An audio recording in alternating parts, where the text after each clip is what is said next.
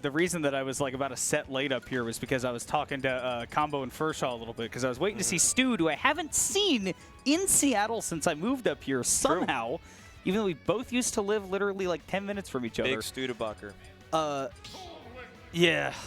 Big Stu. fan. I need a picture with that guy before he leaves for sure. Yeah, dude, love that guy. But yeah, we were talking about the characters and the fact that out of like 5 of the most popular characters, one of the least like sit behind an item and camp character is Toon Link, which is just like that's one of the top 5 characters to do that, and we're about to see that one in JoJoDaHoBo. Jonas going up against Konga, who I'm always delighted to see at these tournaments. Saw him put on a show back at the reunion tournament a little while back.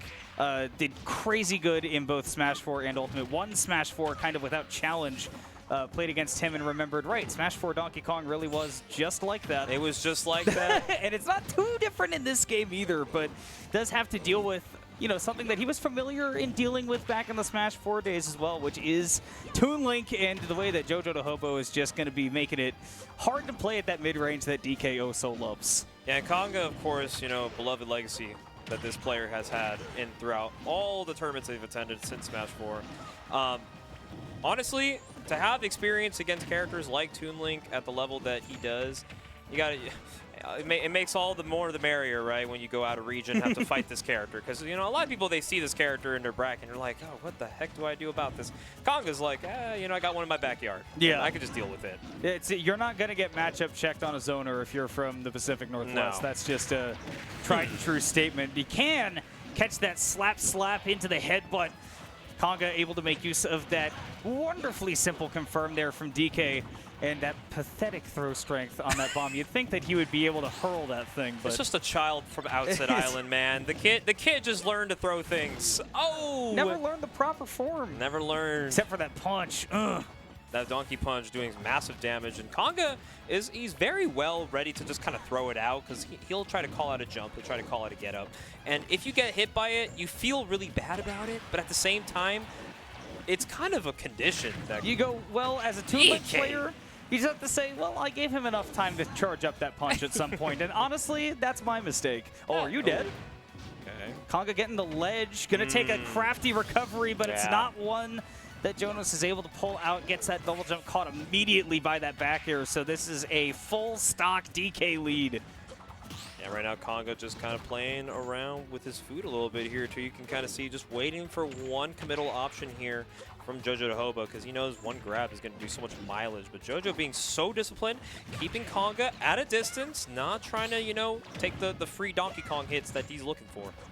Yeah, you need to stay kind of low to the ground but in the air as Toon Link in this matchup, because the moment that you burn that double jump or that you land on that platform, that's where it's going to be really hard to get around DK, because you can maneuver as much as you want. You're not going to get caught off guard if you can sort of say horizontally planar to him, although vertically, if you're underneath DK, obviously, that's very nice. And that is Jonas playing exactly like I was talking about, because being so floaty against DK, once he starts juggling you, hard to get out of that. Yeah, it's really difficult. And right now, JoJo's just trying to do everything that he can right now to prevent the inevitable, because right now, at a beautiful percent for Kana to do the ding, but not the dong. But no dong. That doorbell is only half functional. You're not going to die off of that. Jonas is going to make sure to hold in there so that Konga can't go back, and there is one of those key reasons to not just stay fully on the ground all the time, because getting caught by that headbutt, that can end the game. Beautiful roar right there from Konga, though. Perfectly placed, perfectly timed, perfectly won. Strong enough to at least put Toon Link to rest, and that's game number 1 going to Konga. He's had a very impressive run today so far. I mean, obviously only falling to JDV, who, I mean, let's be honest, that guy's playing DK Pac-Man. DK Pac-Man is a difficult path, but it could be better, to say the least. Could have been a better draw, but you know, sometimes that's kind of what the bracket spits at you. But doing a really good job, at least overall, dealing with all the other players that he's gone up against. I feel like you become immune to zoners when you play them almost every time you go to a bracket. At least you're immune to the tilt, right? You're immune. You're just like, you understand what you're getting into. It's like, okay, I understand. We're both trying to win. We gotta play to our strengths. Unfortunately, the strengths is having to have the mind of, like, quite literally the most virtuous person of all time, because it happens in every game too. That's the secret that nobody tells you, is that at some point when you play Street Fighter, you've played enough Kens that you don't even feel anything when you get Jinrai looped in Burnout. You're just like, yes. yeah, well, that's just how that goes. Ooh, the bomb. Okay, this is going to be a little throw off the stage. Not going to be too much, though. Yeah, big reason to take Final Destination is, of course, lack of Ding Dong. There is going to be no confirm there available for Konga, because by the time you try to use that cargo throw and jump to land on the ground and get that cargo up throw, yeah, you're going to be able to mash out. And even if you don't mash out, that means you're at too high a percent to actually get comboed. So, and again, I think that this stage also exacerbates what we were talking about earlier, which is that Jonas doesn't want platforms to be a factor. You know, again, you're just going to be kind of hovering right above the ground, almost Peach style. If you double jump, you've already messed up, and then you'll get juggled for a long time on FD. But ideally, you don't get there in the first place. And that edge guarding, beautifully done with that F-tilt. Yeah, and also another reason why FD is so good for JoJoDaHoBo right now is because you got to give Donkey Kong a place to land, and in this stage, you kind of have to accept landing on the stage with him, but there you go. Gets a nice little throw off the stage. Konga back right into it, but yeah, just big bodies trying to land on FD, especially against a character like Toon Link. You're taking 50. You can't even land. You're taking more because, like we talked about earlier, Toon Link may want that neutral game to be very horizontally focused, but once that punish game gets going, Toon Link has trouble landing because he's floaty. DK has trouble landing because he's big. No Rob. Yeah, this is true. And already kind of just shooting for some openings right now. JoJo just looking for a stock, but so is Konga. Watch out. Air dodge down, beautifully timed. It's not as free with a character like Fox where you can just sort of fast fall and air dodge to the ground. You have to kind of time that as a floaty character because you need to make sure that, you know, you're not just going to be hovering right above the ground and get juggled. And Jonas, man, making it work. Got this last stock on Konga going right now, but it could get even soon. Just playing the ledge pretty well here, throwing him up in the sky. That was brilliant! There's no way that was on purpose. I respect Konga heavily, but if that was on purpose, that was beautiful. Somebody has got to get this guy the worldwide. This guy's got to be Pitbull out there. Oh my! Not going to kick the stop, but now JoJo's in a really bad spot here. 109. DK has a lot of things that can put you to sleep, but if JoJo can try to maybe depend on his combo game just for a little longer, he could probably bring this back, but Konga is looking strong. Yeah, the comeback factor here is definitely not going to be on the big combos. It's in the neutral, but as I say that, the perfectly timed sword plant from Jonas right on the ledge to bring that one back. Oh, and it looked like Konga was all but about to run away with that FD game. Yes. The comeback factor was deftly approved of.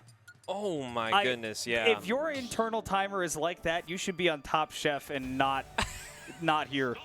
That was just a big brain stock, but JoJo obviously bringing it right back, and very good calculation on the downer, getting that spike hitbox, putting Donkey Kong down, and now we got ourselves a set here, 1-1, and Konga is like, I think FD is not a problem. I think I could do it. I think the big thing here is that it's just, and it is this way in most matchups, but it is a stage that is just going to really show off the strengths and weaknesses of the characters a lot more, particularly when you're zoner versus bruiser like it is with DK, because you get one grab, you get that juggle started right. DK is just not going to let you go. Your option is, you know, get back to the ledge or die. Or die. Really. Deal with it.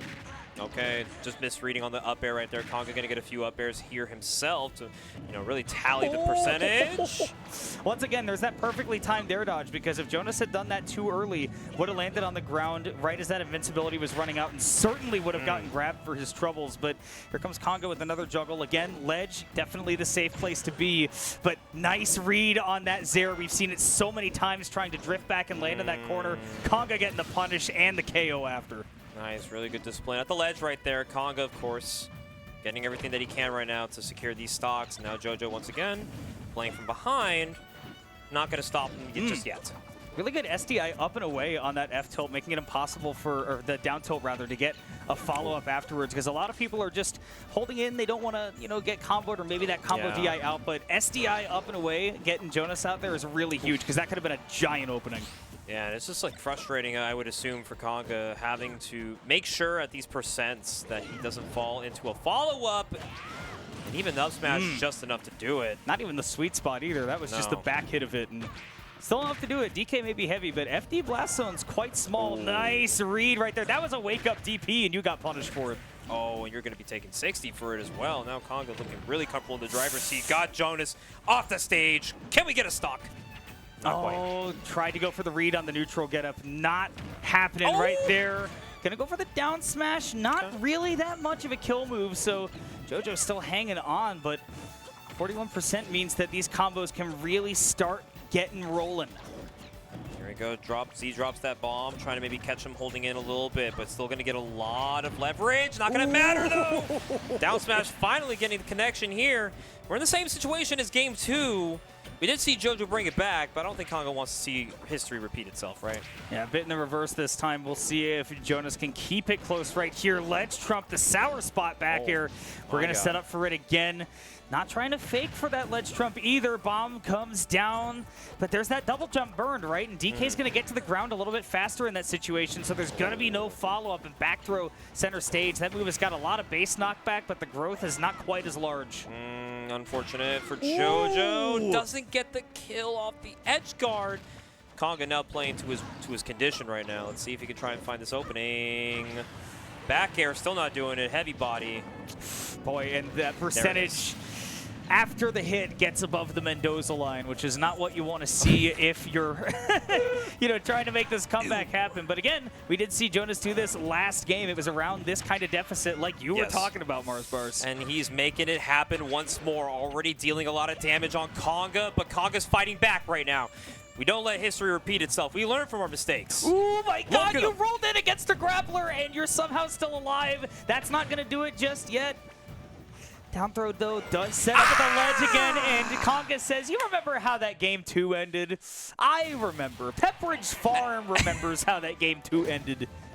Donkey Kong Country, baby. That's game number 3 for Konga. Now just one away from advancing in this bracket, and of course, he is showing us that DK can very much well do it against these type of characters. Am I right? Yeah, well, and especially when your opponent is having a little bit of trouble getting the optimal combos on you, which is kind of hard. You have to react to a lot of those situations as Toon Link, because you can mash out combos and get a lot of damage, but to get the most out of it, it's a little bit more difficult. And there was a moment there while Jonas was starting that comeback on that last stock where there was a combo where he ended it, he had the up tilts going and then ended it with the up air. I feel like because DK is such a big body, there was a distinct possibility that we could have seen a back air afterwards to extend it. Might see it in this situation right here, right? Where that time forward air optimal, you want to try to use anything but the up air to keep your combo going generally as Toon Link. And I think that was a big missed opportunity for damage. So, if Jonas can start reacting to the DI and taking advantage of that big body of DK, if we see that damage climb up, this is still very doable. It's very doable, and right now Jonas pretty much displaying that comeback factor. Holding down at the ledge there is so crazy considering that the game just ended on getting down air 2 frame. Yes. Yeah, right now Konga just needing to play. Now we're back on FD by choice right now. Watch out.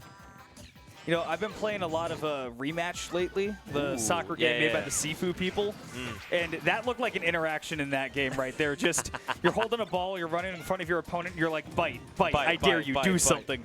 Please get hit by this. Okay. Please, I beg of you. That's my play style. Yeah, I beg of you. I need this, you don't understand. Okay, pivot grab is going to send him off the stage. I can't believe you keep on doing it, but it's working. It's working. Once again, I dare you. Throw armor getting through that bomb. Not the way you... Well, okay. You know what? Maybe we did intend to do that.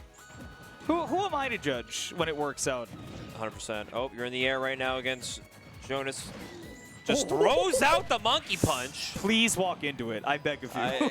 It's the theme of the set right now. Just walk into it, please. But I'm enjoying that because I think that really showed that Jonas is saying, okay, I'm willing to play the mid to long range game rather than the mid to close, right? Instead of trying to use the projectiles to necessarily open up something, I feel like Jonas is now trying to use the projectiles just to gain some stage control and put Konga in a bad situation where as a heavy, you never want to be trying to fight out of the corner. Yeah, and I'm starting to notice Town and City as well. One of these stages where Toon Link can kind of Build-A-Bear workshop their way through some of these combo routes, like the way that the movement from JoJo has been very ambiguous for Konga to catch. And even when he's on it, there's always just a timing, positioning thing altogether. But Konga finally being able to find that rising up air, but not unless JoJo can say something about that.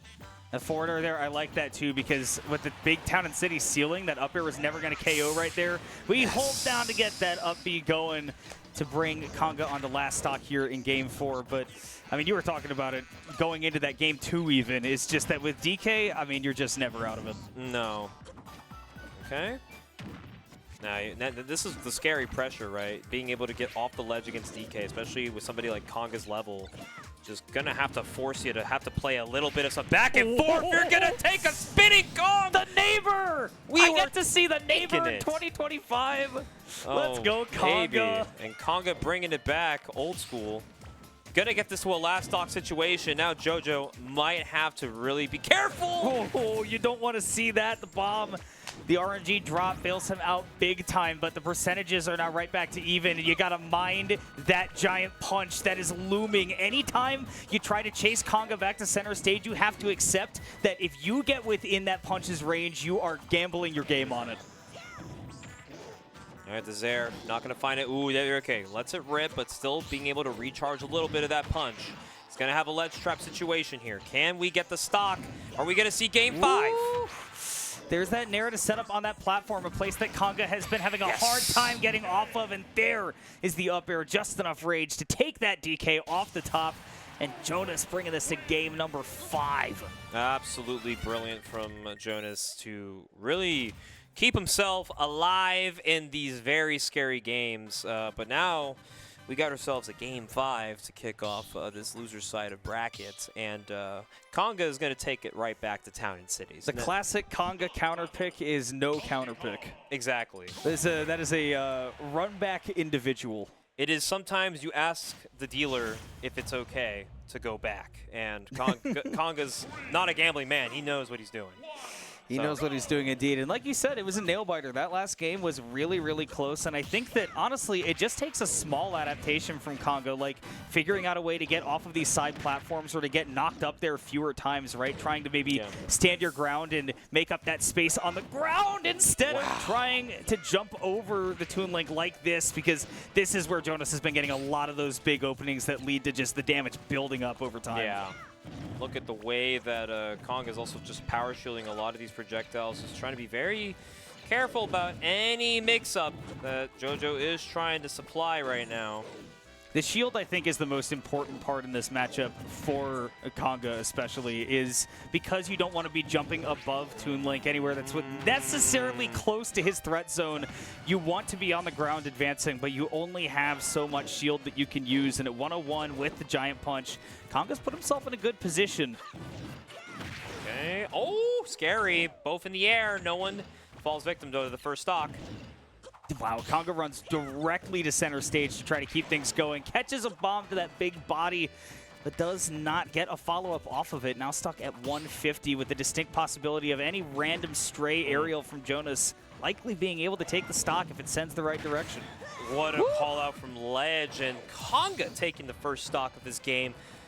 Now bringing it back here at 150. Let's see if Konga can try maybe at least gain some insurance percentage here, especially when you're dealing with a character like Toon Link, who is just willing to throw things at you. Speaking of being willing to throw things at you, I don't remember if we talked about this in Game 1, but Konga's really willing to just let that giant punch rip. He does not try to save it for any particular moment, and I don't know if that's just a matchup thing. I know that he does that in general against most characters, but I think that letting it rip against a zoner and just being able to use it more often is honestly pretty smart. Yeah. I think just being able to have your full resources ready for utility, right, is going to be a threat, right? And JoJo's has to be mindful that, you know, I can get caught by it, but I can't allow it to distract me from what I need to do in order to win these sets. Dude. Oh my goodness! Caught the landing once again, not careful with that air dodge to the ground, and Jonas was not willing to drift off stage and go to the ledge, paid dearly for it. Konga, not only with a percentage above 200 right before that KO landed, now has a full stock lead to play with. And right now, Konga in the driver's seat, but hold on though, Jonas is cooking. Oh, he's cooking! Okay. Miss input with that back air, unless that was like a nasty reverse hit setup or something. I don't know if he's rivals brained right now, because I felt like that could have led to a KO off the side. Okay, we're in a tech chase situation here. DK just gonna have to take the hits right now. Konga has to find a way back. My gosh, Jonas is in the zone right now. Does get caught off guard by that up B on stage, but away goes the platform. Away goes the insurance for Konga, who gets caught out. Great drift on the up B, going right back to the ledge after just a little bit of a fake out. Unlucky without the trip right there, but at 134, Jonas not out of this by any stretch of the imagination. Every hazard came for Konga's head right there, but he was able to dodge quite literally every killing situation, and now has to find a way to maybe take center stage once more, but it's so scary when that Toon Link forward tilt lingers under the ledge and you have to take it. Now we're in a final stock situation. Last game, last stock. We love to see it, especially since this set has been back and forth in every game and in the game counts. Yes.